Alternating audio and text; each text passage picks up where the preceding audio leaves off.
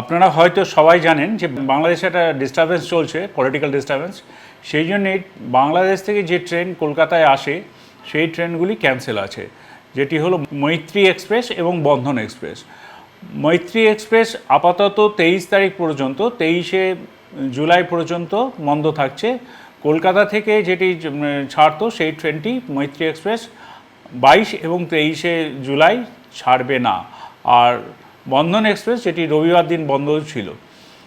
যাত্রীরা যারা টিকিট কেটেছেন এবং যেতে পারেননি তাদের জন্য আমাদের ফেয়ারলি প্লেস কাউন্টার এবং কলকাতা টার্মিনালের যে ফরেন কাউন্টার্সগুলো আছে সেখানে নির্ধারিত সময়ে গিয়ে আপনারা যারা জার্নি করতে পারেননি, আবারও বলছি যারা জার্নি করতে পারেননি ট্রেন ক্যান্সেলেশনের জন্য, তারা কিন্তু ফুল রিফান্ড পাবেন। কোনো টিডিআর দেওয়া হবে না। তারা নির্দিষ্ট সময় গিয়ে ওই কাউন্টার দুটিতে ফেয়ারলি প্লেস এবং কলকাতা স্টেশনে গিয়ে তারা টিকিট জমা করলে তারা ফুল রিফান্ড পাবে, যেহেতু 23 তারিখ পর্যন্ত আপাতত বাংলাদেশের উদ্দেশ্যে কোনো ট্রেন চলাচল করছে না। ধন্যবাদ।